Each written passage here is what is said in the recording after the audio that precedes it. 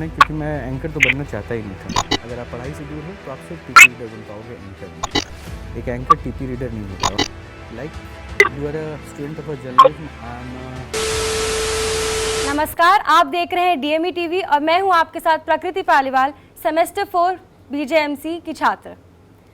DME में हम जाने माने हस्तियों को बुलाते हैं और इस बार बीजी वर्जीज लेक्चर सीरीज़ के लिए हमारे साथ जुड़े हैं मशहूर एंकर मिस्टर रोहित रंजन।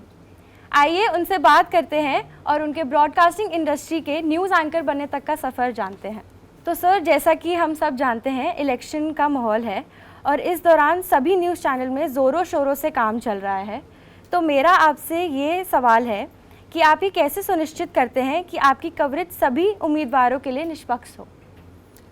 कोशिश यही होती है कि जहाँ तक हो सके हम सारे के सारे कैंडिडेट्स को फोकस करें, और पर्टिकुलरली इलेक्शन कमीशन जब शेड्यूल तैयार करता है तो उसमें बहुत आसानी हमारे लिए हो जाती है, क्योंकि ऐसा नहीं है कि 543 सीटों पर एक दिन में चुनाव होना है। There are the different phases जहाँ पे इलेक्शन होना है। फर्स्ट फेज़ में if it is like more than 100, तो हम 100 सीट को कवर कर रहे हैं, 100 कैंडिडेट कवर कर रहे हैं। हम पर्टिकुलर उस प्लेस पे जाते हैं, हमारी टीम जाती है, हमारे लोकल करस्पॉन्डेंट्स होते हैं जो उनको कवर करते हैं और उनसे इंटरेक्ट करते हैं। Public opinion is a matter, क्योंकि लोगों का जो ओपिनियन होता है हम वो लेने की कोशिश करते हैं और ओपिनियन के साथ कैंडिडेट को जोड़ते हैं। आगे फिर पब्लिक डिसाइड करती है what to do and whom to select. Thank you sir. Sir, आपको ब्रॉडकास्टिंग में एज ए न्यूज़ एंकर बनने के लिए किसने प्रेरित किया? मैं प्रेरित किसने किया, ये तो शायद थोड़ा कन्फ्यूज़न है, क्योंकि मैं एंकर तो बनना चाहता ही नहीं था, ना मैं रिपोर्टर बनना चाहता था। मैं एडवर्टाइजिंग फील्ड में जाना चाह रहा था। चूँकि स्पोर्ट्स में इंटरेस्ट था तो स्पोर्ट्स में रिपोर्टिंग करने का मौका मिल गया, और फिर इवेंचुअली स्पोर्ट्स एंकरिंग से करियर शुरू हुआ 2006 में। और धीरे धीरे फिर मुझे एक सीनियर जर्नलिस्ट हैं राहुल देव, उन्होंने इंस्पायर किया कि you should come into news industry, sports छोड़ के, स्पोर्ट्स में पर्टिकुलर हट के उसके अलग। एंड 2007 के बाद से 2024 अब हो चुका है, तो I am into this field, I am in front of you all. Sir, आप अपने करियर का एक ऐसा पल जो आपके लिए हमेशा यादगार रहेगा? फर्स्ट अपॉर्चुनिटी जब मिलती है ना, आपको भी जब मिलेगी तो हमेशा मेमोरेबल होती है।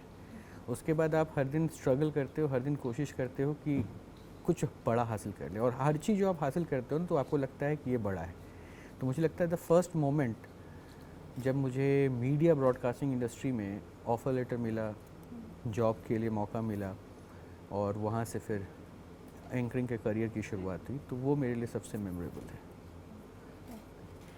सर, आप लाइव ब्रॉडकास्टिंग के टाइम खासकर कि ब्रेकिंग न्यूज़ के लिए आप अपने आप को कैसे तैयार करते हो या आपकी कैसी तैयारी रहती है? Like you are a student of a journalism, I am a journalist. फ़र्क ये है, अभी आप जर्नलिज्म के तरीके सीख रहे हो। मैं जर्नलिज्म करने के लिए जो पर्टिकुलर जो बेसिक नीड है वो है ख़बर, वो है ज्ञान, जहाँ तक हो सके पढ़ना, तो मैं उसके साथ जुड़ा रहता हूँ। और ब्रेकिंग कभी बता के नहीं आती।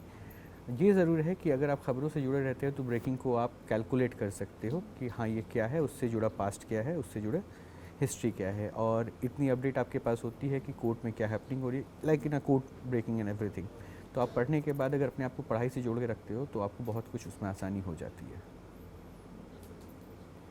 सर, आपके अनुसार जो स्टूडेंट्स अपना करियर न्यूज़ एंकरिंग में बनाना चाहते हैं, उनमें क्या क्वालिटीज़ होनी चाहिए ताकि वो अपना करियर सक्सेसफुल बना सकें? मैंने भी सेशन में एक सवाल पूछा था कि आपको एंकर बनना है या टीपी रीडर। पहले इस फ़र्क को समझना होगा।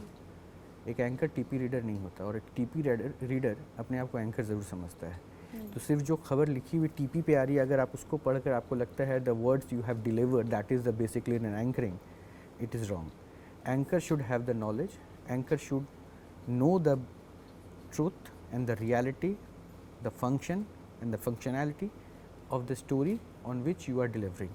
तो इसलिए आपके लिए पढ़ने के लिए, एक एंकर के लिए सबसे ज़रूरी है पढ़ाई, and keep yourself up to date with the news and everything.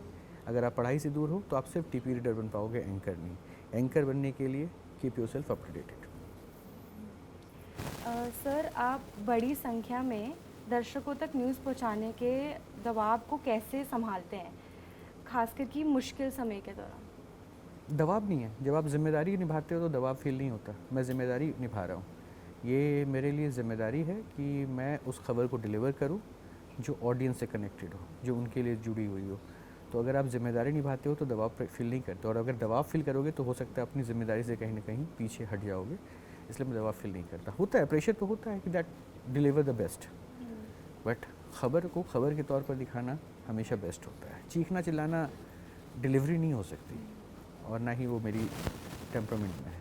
Sir जैसे कि अगर आप जब बात कर रहे हो, आप न्यूज़ डिलीवर कर रहे हो और एकदम से there is a new information, तो कूल रहिए, काम रहिए, आपको डिलीवरी तो करना है। हम एक एंकर है ना, हमारा काम चीख के चिल्ला के थोड़ी ना किसी को घबरा देना है।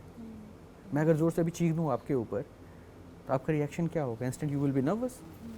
तो मैं ऑडियंस के सामने चीख के ऑडियंस को क्यों नर्वस करूँ? My work to deliver, my work is to deliver the news. जो खबर आ रही है मैं उसको बता रहा हूँ। This is my work and anchor should be like this way. You need to deliver yourself with the news. जैसे एआई और सोशल मीडिया का यूज़ आप न्यूज़ ब्रॉडकास्टिंग के बारे में लोग करते हैं, बहुत करते हैं, तो आप उस बारे में आपका क्या? Particularly AI and broadcasting, social media. Social media is the basic need nowadays. Social media is a strength for every individual.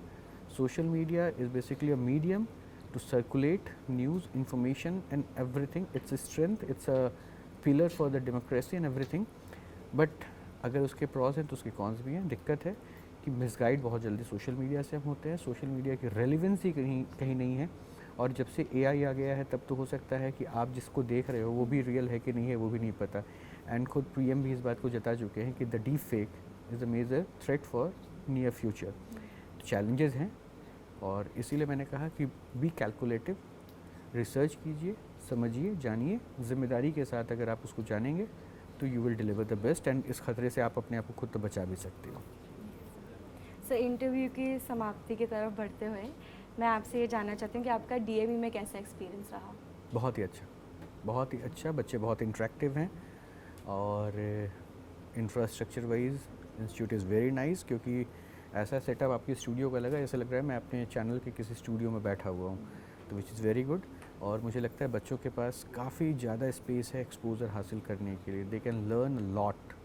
अच्छा है, और आपकी फैकल्टी बहुत अच्छी है, और आप समझ सकते हैं कि जिनसे मैं पढ़ा, जिन्होंने हमें गाइड किया, वो आपको भी गाइड कर रहे हैं, तो उनके पास इतना एक्सपीरियंस है, वास्ट एक्सपीरियंस है।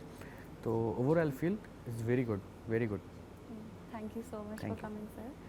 तो इसी के साथ मैं ये इंटरव्यू समाप्त करना चाहूँगी। अपनी उपस्थिति दर्ज करने के लिए और हमारे बीच अपनी जीवन यात्रा और अनुभवों को बताने के लिए धन्यवाद sir. Thank you. Thank you.